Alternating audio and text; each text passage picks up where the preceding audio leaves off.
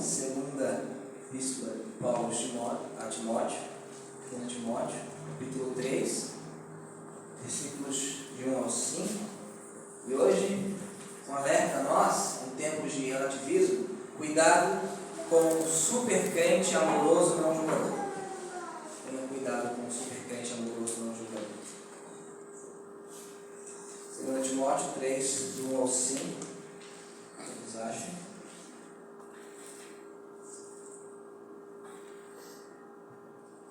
Assim diz a palavra do Senhor. Sabe, porém, isto, que nos últimos dias sobrevirão tempos trabalhosos, porque haverá homens amantes de si mesmos, avarentos, presunçosos, soberbos, blasfemos, desobedientes a pais e mães, ingratos, profanos, sem afeto natural, irreconciliáveis, caluniadores, intemperantes, cruéis, sem amor para com os bons, traidores, obstinados, orgulhosos, mais amigos dos deleites do que amigos de Deus, tendo a aparência de piedade, mas negando a eficácia dela. Destes, afasta-te. Vamos orar. Senhor Deus e Pai, nós te louvamos pela tua palavra, pelo teu amor, pela tua graça e misericórdia. Pedimos que o teu Santo Espírito venha aplicar a mensagem aos corações desta manhã, que o Senhor venha a nos fazer entender o teu alerta a nós, o alerta à tua igreja. E também oro por mim, Deus, pedindo que tudo aquilo que eu falar esta manhã seja extraído do teu texto sagrado. Essa é a oração, em nome de Jesus. Amém. Podemos assentar.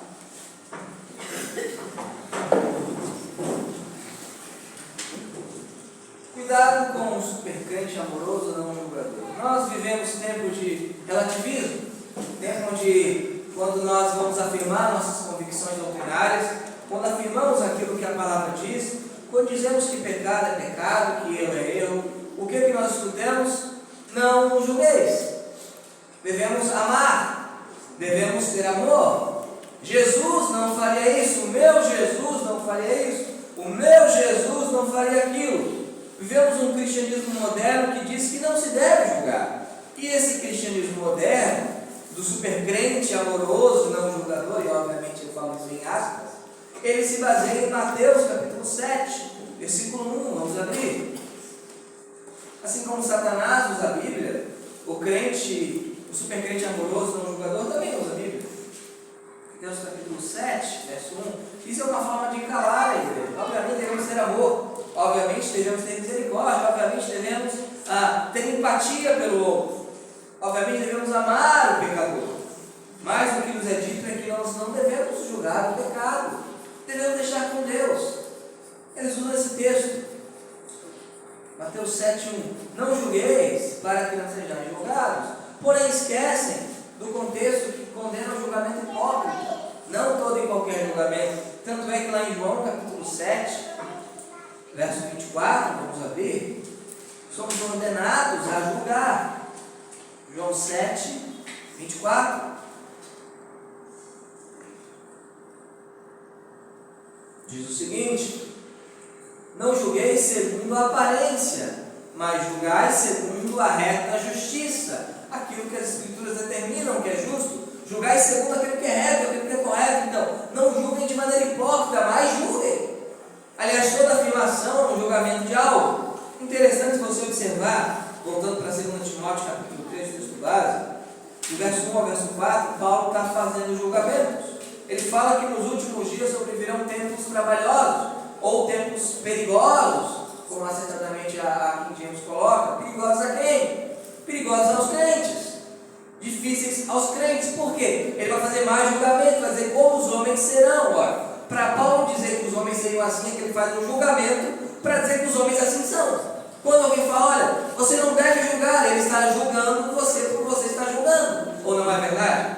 Quando alguém fala, a sua religião critica as outras, ele está criticando a sua religião por criticar as outras. É uma completa hipocrisia, não há lógica alguma nisso. Porém, esse tipo de gente, especialmente aqui eu falo, não aos descrentes, mas aqueles que professam que são cristãos e abraçaram o cristianismo água com açúcar, esse cristianismo água com açúcar, ele matou a fé cristã na Europa. Ele está matando a fé cristã nos Estados Unidos. Por quê? Porque é um cristianismo sem diferença alguma com o mundo, um cristianismo sem poder, e isso é perigosíssimo. E isso é ensinado pelos falsos mestres. Ali no versículo 13, do capítulo 3 de Timóteo, diz que mas os homens maus e enganadores irão de mal para pior, enganando e sendo enganados. Que fala de falsos mestres, que dificilmente se convertem. Então, esses homens que Paulo está dizendo que haveriam nos últimos tempos, já estavam rondando a época dele, e eram homens que se diziam cristãos. Dito isso, estes homens vão negar a piedade, verso 5, tendo aparência de piedade, vão parecer cristãos, mas negam o poder, a eficácia da piedade. Piedade, o texto grego é eusebeia, fidelidade, reverência. Eles vão dizer que são fiéis a Deus, eles vão dizer que têm reverência a Deus, mas de fato eles não têm. Por que eles não têm? Como eles negam a piedade? Negam com suas obras e negam o poder transformador de Deus. O discurso que nós ouvimos por aí, de crentes, super crentes, não amorosos, não julgadores, amorosos, super amorosos, não julgadores, é um discurso que é negado com as obras deles e é negado com o poder transformador da graça de Deus. Eles negam isso. De que maneira vamos ver isso hoje? Porque é muito comum, quando nós falamos, por exemplo, que há um padrão de família, há um padrão de casamento que é dito, não julgueis, devemos amar. Quando falamos que só tem salvação em Jesus, o que é dito? Não julgueis, devemos amar. Quando falamos que existe uma doutrina, um princípio bíblico que é correto revelado nas Escrituras, o que é falado? Não julgueis, vamos amar. Porém, essas pessoas negam com suas obras a piedade, o poder de Deus.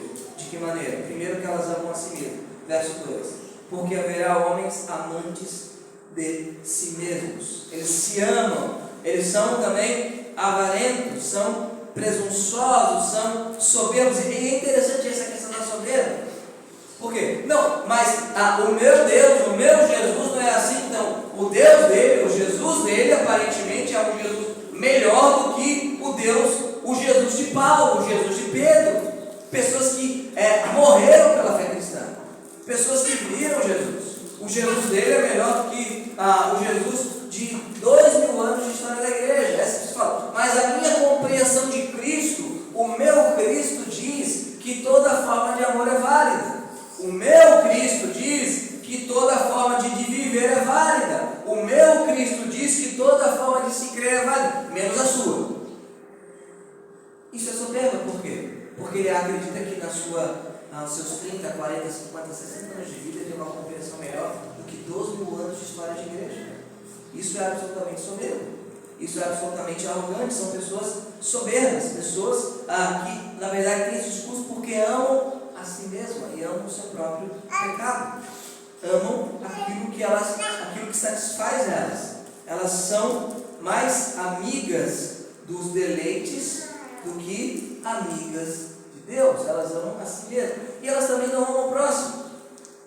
Porque o texto vai dizer o seguinte: desobedientes a pais e mães. Boa parte dessas pessoas que falam desse Deus maravilhoso, Jesus amoroso, tem uma vida de não respeitar seus superiores, não respeitar a hierarquia, não respeitar pai. O fato é esse. O fato é que todo esse amor é dado em rede social, todo esse amor é dado a pessoas desconhecidas, mas você observa a vida familiar de muitas dessas pessoas, o que você vê? Uma total uma falta de respeito completa à sua família, ao seu vínculo familiar.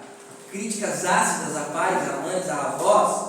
Por quê? Porque eles não amam os próximos. Eles também não amam os próprios filhos. Aqui fala, verso 3, sem afeto natural. Qual é o afeto mais natural do mundo? De uma mãe para seus filhos. É interessante, a mesma pessoa que fala, nós devemos amar o próximo, a pessoa que fala que o aborto tem que ser liberado. Ué, não devemos amar o próximo? Quem é mais próximo do que o próprio bebê que está no ventre?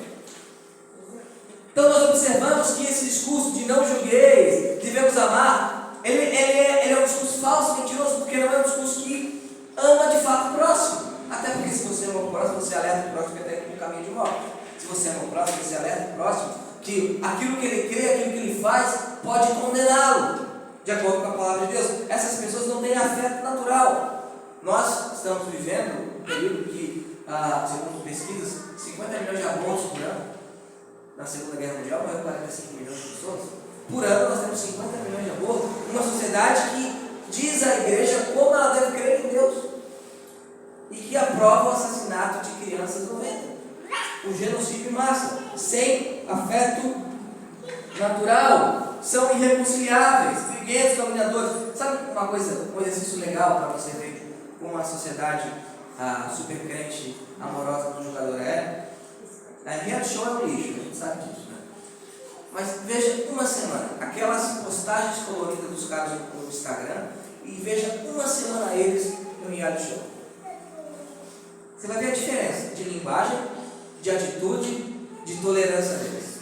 Aquelas pessoas que dizem que devemos amar, que devemos não podemos julgar, bota uma semana na casa com um desconhecido e como eles se comportam, como eles são amorosos, pisa no calo dessas pessoas. Você fala, tem muito problema na igreja, tem, mas já viu como é que ela fora? Já viu como é que ela fora?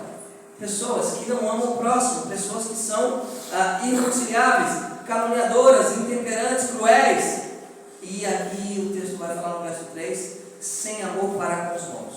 O discurso do cristão moderno, super amoroso, não julgador, é um discurso de tolerância para com todas as pessoas, menos com o grupo. O cristão conservador. Por que eu falo conservadorismo bíblico, não político? Não vou entrar nessa questão porque o reino dos céus está acima disso. Eles têm amor e tolerância para todo mundo. Quer ver? Se um muçulmano pegar um homossexual e jogar no prédio no corte de Oriente Médio, é a cultura deles. Nós podemos julgar. Mas se eu não quiser casar um homossexual, que absurdo! Como é que você faz isso? Se o índio pega e enterra uma criança viva deficiente, é a cultura deles. Não tem problema. Mas se eu quiser educar o meu filho nos valores cristãos, que isso? Sem amor para com os bons, eles amam a todos, menos aqueles que foram regenerados pelo Senhor. Isso é o cristão super crente, amoroso não julgador, que ama a todos menos a nós, que não julga ninguém, somente a nós. E eu tenho visto boa parte da igreja evangélica com esse discurso. Um dos motivos é o seguinte: a igreja evangélica foi ensinada a sentir, não a pensar. Nós somos ensinados a apenas ter um culto sensorial. Não é errado você sentir, você levantar a mão, você emocionar, você chorar de Deus, isso não é errado. Só que nós fomos ensinados apenas a sentir, não a pensar. E não fomos ensinados, durante os últimos 20 anos pelo menos, a ter um culto propositivo dentro daquilo que a Bíblia diz. Quando chega desafios racionais para a gente fala, mas acho que a gente pode abrir mão disso, né? O importante é amar. Nós não mais pensamos. E estamos sendo engodados por esse tipo de crente super amoroso, não julgador, que fala que devemos amar a todos, quando na verdade não ama ninguém, só a si mesmo. Mas o principal problema dessas pessoas que negam a piedade, o poder de Deus com suas obras, é que elas não amam a Deus. Aqui vai falar o que eles são. São, verso 2, blasfemos. Isso é pecado contra quem? Contra Deus. O que você vai escutar? Jesus nos deixou apenas 2 mandamentos. Devemos amar a Deus e amar o próximo. Aí eu pergunto, como é que eu amo a Deus? A pessoa entra em tela azul. Mas como amo a Deus? E como eu amo meu próximo? Onde é que eu vejo isso? Não, a gente só tem que amar a Deus e o próximo. Legal, concordo. Como é que eu amo a Deus? Primeiro, 4 mandamentos. Como é que eu amo o próximo? Do quinto ao 10º mandamento. Vou ter que voltar para onde? Eles acham que o resumo da lei é a abolição de valores morais. Quando eu faço um resumo de um livro, eu não estou descartando o livro, eu estou sintetizando o que o livro quer dizer. Aqui fala, blasfemo, você blasfema contra Deus, blasfema contra a palavra de Deus. Você vai usar a Bíblia, o que eles falam, o crente, o super crente não amoroso, não julgador, mas não tem que ir. Isso aí foram homens que escreveram, óbvio. Quem foi que escreveu a Bíblia? Cavalos, Moisés, não, foram homens, óbvio. Faz total sentido que seriam homens. Então, eles blasfemam, não, isso aqui não é a palavra de Deus. Isso é a concepção deles de Deus. Vamos supor por um momento que a Bíblia fosse apenas a concepção dos apóstolos sobre Deus. Eu pergunto, qual concepção é mais segura sobre Jesus? De pessoas que andaram com ele, aprenderam com ele, viveram com ele, morreram por ele, ou a minha 2 anos depois? Qual que é mais segura? Qual que é mais palatável? Qual que é mais óbvia de ser seguida? A dos apóstolos. Então eles são blasfemos. Eles também são profanos. A palavra profano a LTT vai traduzir por contrários à vida santa. Isso é interessante. É uma coisa. Se um adolescente quiser, um menino quiser se ver como uma menina, o que o cristão amoroso não jogador vai falar? Deixa ele. Se um adolescente quiser fazer corte, isto é, meu namoro não vai ter beijo, vai ter amassos e eu vou me preservar para o casamento. Sabe o que o cristão amoroso não jogador vai falar? Que absurdo! Como pode? Que coisa retrógrada! Que coisa mais passada! Porque eles são contrários à vida santa. Eles se incomodam com a vida santa. Se você está no pecado, não julguei. Se você está tentando uma vida santa, santa não. Cadê o amor? Cadê a tolerância? Esse tipo de cristianismo tem entrado nas igrejas. Tem entrado nas igrejas. Preste tolerância para todos, mesmo para o cristão que tenta ser bíblico. Obviamente, nós somos falhos, pecadores, miseráveis, carecemos da graça de Deus, mas nós sabemos disso. Então nós observamos que eles não amam a Deus, porque eles são profanos, contrários à vida santa. Amam seus deleites. O verso 4. Mais amigos dos deleites do que amigos de Deus. Certa feita, conversando com uma moça que conhecia há muito tempo no Orkut, que agora está, segundo ela, tem um ministério de ajuda a casais conflitivos, e a ajuda que ela deve fazer com que eles se aceitem como são. Mas qual é a missão de Jesus? O que Jesus falou? Negar a si mesmo. E aqui fala, mais amigos dos eleitos, prazer a si mesmo. Eu prefiro o meu prazer, o meu deleite, do que Deus. É o que nós temos visto. E eu não concordo com nós falamos que a pessoa, por exemplo, escolhe a ser assim. Ela não escolhe, ela tem uma tendência derivada da queda que a faz gostar de certas coisas que são erradas. Agora, ela escolhe viver assim. Todos nós temos tendências errôneas, pecaminosas em nosso coração. Todos nós temos. Só que nós podemos, pela graça de Deus, não fazer ou fazer. E essas pessoas são amigas do deleite. Esses cristãos super amorosos, não julgadores, eles amam os deleites mais do que a Deus. Se tiver que renunciar a Deus aos deleites, eles renunciam a quem? A Deus. Vivemos uma época trabalhosa, perigosa, mas para quem? Para os crentes. Porque externamente podemos ser perseguidos e internamente podemos ser contaminados. Nossa percepção, nós nos tornamos tolerantes com a heresia. Vê uma coisa, um exercício simples. Se você não consegue identificar um falso profeta, ou você é um falso profeta ou está sendo enganado por ele. Por quê? Porque Jesus falou que haveria falsos profetas. A gente vive como se não houvesse falsos profetas. A gente vive como se não existisse. Então, esses super crentes amorosos, não julgadores, eles negam essa piedade, o poder de Deus com suas obras, porque amam a si mesmo, não amam o próximo e não amam a Deus. Quebraram os dois mandamentos. Amam apenas a si mesmo, não amam o próximo e não amam a Deus. Mas sabe por que eles negam a piedade? Porque negam o poder transformador de Deus. O verso 5: tendo aparência de piedade, mas negando a eficácia dela. Deixa-se afasta. E é mesmo? Não, eu creio em Jesus, eu creio em Deus, mas eu prego o amor. Eu prego o amor. Eu creio em Jesus, eu creio em Deus, mas eu creio que não devemos julgar ninguém. Ele tem uma aparência amorosa, uma aparência de piedade, ele tem uma aparência quase angelical. Tem um ser que também tem uma aparência angelical, que se transfigura diante de luz também. Ele tem uma coisa, você vê um cristão bíblico falando, gente, olha, se não houver arrependimento, não vai haver salvação, há condenação eterna, há necessidade de quebrantamento. Você vê um discurso assim, e outro que fala, vem assim, não precisa mudar. Você fala, poxa, aquele cara é amoroso, ele tem muito amor. Sabe o que ele está fazendo? Ele está negando o poder de Deus. Por quê? Porque aceitam todo tipo de pecado, pois não creem que Deus possa transformar o pecador. O fato é esse, eles não acreditam que Deus transforma o pecador. Vamos abrir em Tito. Tito, está logo depois de 2 Timóteo. Ajudei vocês, está logo depois de 2 Timóteo. Tito, capítulo 2, verso 11. Eles adoram o verso 11, eu também amo o verso 11, mas eles não leem o verso 2.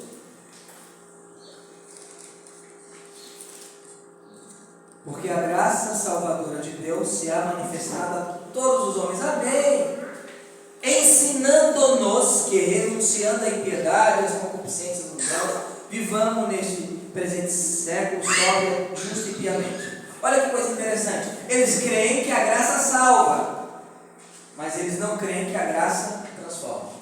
Eles creem que a graça te livra da condenação, mas eles não creem que a mesma graça te ensina a viver uma vida piedosa. É aquela coisa, não, eu creio no perdão de Deus, eu também creio, mas você não crê na transformação de Deus. O super crente amoroso, não julgador do nosso século, que está em muitas denominações, inclusive batistas, ele acredita, por exemplo, que a Alana Holder, que é aquela ex-missionária que agora está casada com uma pastora, que era ministra de louvor de uma igreja, casada com um pastor, e ela agora está casada com a pastora. Creio que essa pessoa, Deus trabalha e usa ela. Mas olha que interessante, eles não creem, por exemplo, também não, mas eles não creem que Deus possa usar ele de Macedo, ou se não falha, ou outro. É interessante que a misericórdia é dispensada só para um grupo, nunca para outro grupo. Eles não creem que Deus transforma. Por que eles falam que Deus vai aceitar uma pessoa a viver uma vida de pecado? Não é só esse pecado, todos os outros, qualquer outro. Porque eles não creem que essa graça transforma. Eles não acreditam nisso que falam. Eles não creem que Deus pode transformar um homem, pegar uma pessoa viciada e essa pessoa não ser mais viciada, pegar uma pessoa que é bêbada e não ser mais bêbada, pegar um adulto e essa pessoa não ser mais adulta. Eles não creem nisso. Eles negam o poder dela, a eficácia dela, têm aparência de piedade, falam da graça, mas não creem na graça. Eles não creem no poder da graça. Por isso eles falam, vem aqui e fica do jeito que está, porque nós não temos poder nenhum para mudar você, porque não existe poder para mudar você. Eles acreditam nisso, porque não creem que a graça nos ensina, nos educa. Por isso que nós vemos esse tipo de mensagem. É uma mensagem podre, fraca, rasa. Porque assim, Deus te salvará, mas não vai mudar uma vírgula do seu coração. Que tipo de Cristo é esse? O alerta de Paulo: tendo aparência de piedade, mas negando o poder e a eficácia dela. Eles vão parecer crente. Nos últimos dias, tempos trabalhosos, ali em 2 Coríntios, capítulo 5, verso 17. E é interessante, a gente tem que se alertar, a gente tem que pensar como igreja os rumos que o cristianismo tem caminhado, porque ele caminhou assim na Europa. Ele caminhou assim na Europa. E o resultado foi catastrófico. Catastrófico. Quando a igreja se parece com o mundo, ela agrada ao mundo durante muito tempo, depois ela desaparece, porque ela não tem mais nada de diferente. 2 Coríntios 5:17. Nos Estados Unidos, as igrejas que mais crescem são as igrejas mais feias das igrejas. E as que menos crescem, estão desaparecendo, são aquelas que aderiram ao cristianismo liberal. O cristianismo sem poder, o cristianismo aguarda. Agora, quando falo mais cresce, obviamente não acho que é uma multidão vindo, não, mas cresce, não desaparece. 2 Coríntios 5:17 diz o seguinte: assim que, se alguém está em Cristo, nova criatura é. As coisas velhas já passaram, que tudo se fez novo. Nós de fato cremos nisso. De fato, nós acreditamos, se alguém está em Cristo, nova criatura é. Claro, a pessoa vai lutar contra o pecado, vai lutar. A pessoa vai lutar contra as suas fraquezas, mas ela vai lutar. Agora, o que temos visto no cristianismo? De, você está amaciado, não tem problema. Não tem problema não. Deus é assim, Deus vai. A pessoa vive de maneira solta, não tem problema, vai. Mas que graça é essa? A graça transforma. A graça é um favor maravilhoso de Deus a pessoas que não merecem, e o qual o Espírito Santo vai e muda o nosso coração. Mas o super crente, amoroso, não julgador, vai falar: não julgue. Só que qual é o caminho que isso vai dar? O caminho de condenação. O maior ato de amor é você falar a uma pessoa: olha, esse teu caminho é um caminho que aos teus olhos me parecem justos, mas vai ser um caminho de perdição. Há caminhos que ao homem parece bom, mas são caminhos de perdição, são caminhos de catástrofe. Por isso que nós devemos entender, quando Paulo fala desses homens que vão parecer piedosos, a gente vê. Eu acho engraçado Como tem gente que não bota o pé na igreja e nos ensina como ser igreja. Como tem gente por aí que não sabe o que é uma igreja, que não botou o pé numa igreja, que não abriu uma Bíblia e quer nos ensinar como ler a Bíblia. Né? Lá no evangelismo que a gente fez, teve um senhor que falou que leu a Bíblia. Ele sabia tudo. Assim, a Bíblia não é um livro tão fácil. Ela é entendível, mas não é tão fácil. Existe um abismo cultural, um abismo geográfico, um abismo linguístico. Tem alguns abismos. Por quê? Porque a Bíblia é um livro escrito numa época que a gente está em outra época. Então não é tão simples assim. Aí ele falou que ele leu a Bíblia e ele entendia. E eu fui escutando o que ele falava da Bíblia, assim, umas compreensões que fariam os heréticos pelo século ficar corados. Né? Eu falei, cá, se eu ler um livro de cardiologia, você acha que eu estou apto a operar alguém? Ele falou, claro que não. Por que você acha que o senhor está apto a entender corretamente as escrituras só porque o senhor leu a Bíblia? Porque não é assim. Você tem dificuldades no texto. Tem problemas que a gente tem que resolver no texto. Tem passagens dificílimas. Mas as pessoas tratam a Bíblia como posse delas, não como palavra de Deus. O que vale é a minha interpretação. Só que isso não funciona para construir nossa casa. Imagina só, o que vale é o meu cálculo de quanto vai aguentar essa parede. Funciona assim, não. Aí ninguém quer. Não vale, você vai no supermercado, o cara dá um troco, mas está errado. O que vale é a minha interpretação do troco. É assim que funciona? O médico vai lá e dá uma receita para tomar mal. O que vale é a minha interpretação. Eu acho que tem que ser assim. Você vai vender seu carro, o cara é R$1 o carro. Não, meu carro vale. Na minha concepção vale. Pare de me julgar. Está impondo a sua verdade sobre mim. Isso não funciona no mundo real. Mas quando chega na igreja evangélica tem que funcionar por quê? Por que tem que funcionar quando é conosco? Isso é interessante, né? Ninguém diz ao Espírito como ele deve crer. Ninguém diz a um candomblessista como ele deve crer. Mas todo mundo quer nos dizer como devemos crer. Porque a nossa mensagem, ela é incômoda. Ela fala de mudança de vida. Eles também negam o poder transformador, pois não creem de fato no sacrifício de Cristo. Ali no 2 Pedro, segunda epístola de Pedro, capítulo 2, versículo 1, diz o seguinte, deixa todos abram. Eu não estou dizendo para sermos grossos, para sermos impiedosos, para não amarmos, para não sermos misericordiosos, para não termos empatia, para não chorar com os que choram. Tudo isso é verdadeiro e isso faz parte do Evangelho, mas sem contaminar a mensagem. Sem contaminar a mensagem.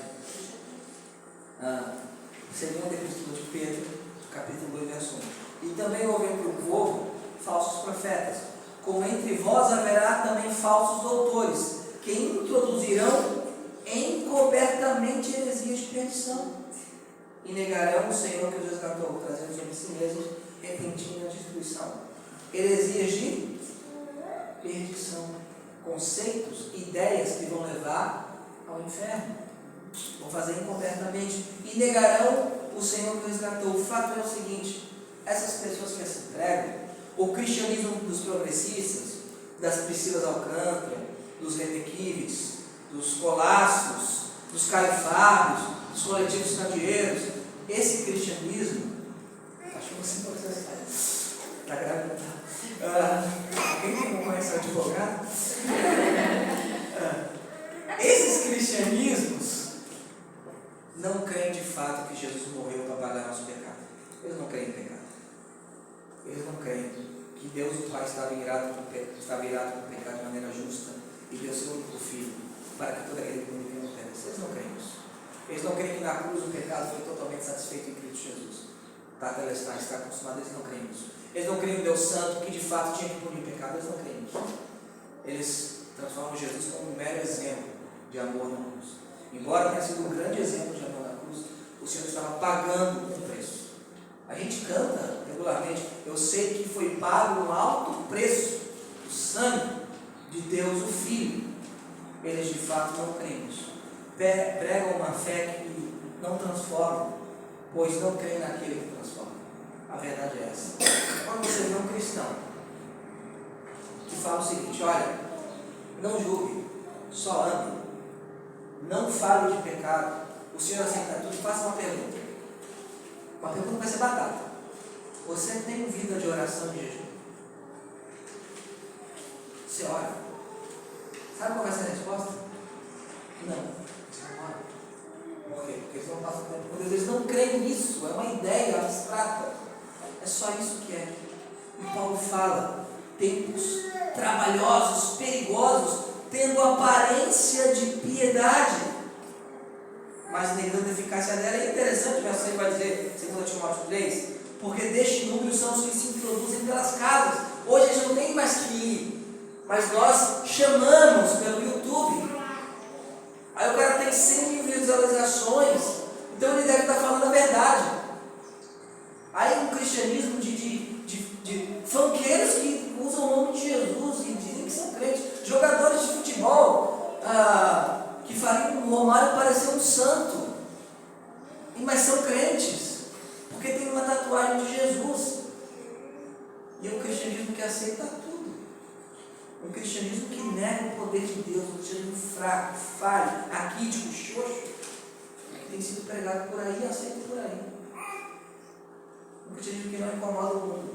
Tem uma pessoa que trabalhou comigo quando eu trabalhei no supermercado. Quando falou que eu trabalhei em Augusta, falou supermercado para ser pobre, né? E ela vive curtindo outro processo. Coisa do. Como é que chama? Leonardo lá. O David Leonardo. Fala que de Jesus a gente é o centro, né? Curte tudo e vive uma vida ímpar. Mas sabe por quê? Porque não há uma única mensagem sobre a ira de Deus sobre o pecador que não se arrepende. Não há uma única mensagem sobre a satisfação penal de Cristo na cruz. Apenas como você pode ser melhor, como você pode atingir o seu potencial, como você pode ser tudo aquilo que Deus quer que você seja. Isso não é filme, isso enche a bola. Eu não sou Bill Gates por falta de oportunidade, porque o mundo é mau. Tendo aparência de piedade, mas negando a eficácia dela. Eu vou parecer amoroso. Aliás, Satanás ele vem como um anjo de luz. Ele fala: prazer, tudo bem, eu sou Lúcifer e gostaria de levar a sua alma para o inferno. Ele não fala isso. Fala: tudo bem, eu vim aqui com uma mensagem de amor. Certamente não morrereis. É a mensagem da serpente. Certamente não morrereis. Vocês não vão morrer. Podem ficar como está. Certamente não morrereis. A igreja sabe que ela quer controlar vocês. Deus sabe que vocês serão como deuses. É a mesma mensagem. Por isso, amados irmãos, o que devemos fazer diante disso? Vamos abrir ali em 1 Coríntios 5, 11. Eu estou só usando o Novo Testamento, porque esse pessoal também não gosta do Novo Testamento. 1 Coríntios 5, 11. Diz o seguinte: mas agora vos escrevi que não vos associeis com aquele que, dizendo-se irmão, logo ele não é irmão, ele disse irmão. Já tinha, naquela época a gente falava que era irmão, não era. Dizendo-se irmão for fornicador, avarento, idólatra, maldizente, ou beberrão, ou roubador, ou como tal, nem ainda com mais. O que o Paulo está dizendo aqui? Olha, vai ter gente que vai falar que é crente, você não deve ter comunhão. Voltando para o texto de 1 Timóteo, 2 Timóteo, tendo a aparência de piedade, mas negando a eficácia dela, destes não julgue. O que diz o texto? Afasta-te, para que eu me afaste quem exercer um julgamento sobre a qualidade do cristianismo da pessoa. É óbvio. Para que eu me afaste de alguém, eu tenho que fazer um julgamento de se eu devo ou não me afastar dessa pessoa. Dito isso, cuidado com um crente ursinho carinhoso que abraça todo mundo, menos a fé bíblica. Aceita-se tudo, menos a fé bíblica. Cuidado com esse crente. Sabe o que ele vai fazer com você? O verso 12 de 2 Timóteo, capítulo 3. O que diz o texto? E também todos os que piamente querem viver em Cristo Jesus, o quê? Receberão perseguição. Promessa para a sua vida. Receba, promessa para a sua vida. Sabe quem vai perseguir? Esse versículo 2, 3 e 4. Os crentes, supostos crentes, super crentes, amorosos não julgadores. Vão falar que você é um fariseu, vão falar que você é um hipócrita, falar que você é um moralista, vão falar que você é um jogador sem amor. Cuidado para que não seja verdade, tá?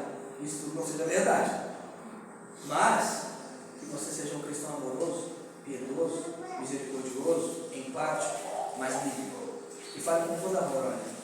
A maneira que você vive, uma maneira que não agrada a Deus, mas Cristo morreu para te salvar. E você pode ser salvo mediante arrependimento de fé. E eu vou estar contigo para te ajudar nessa caminhada.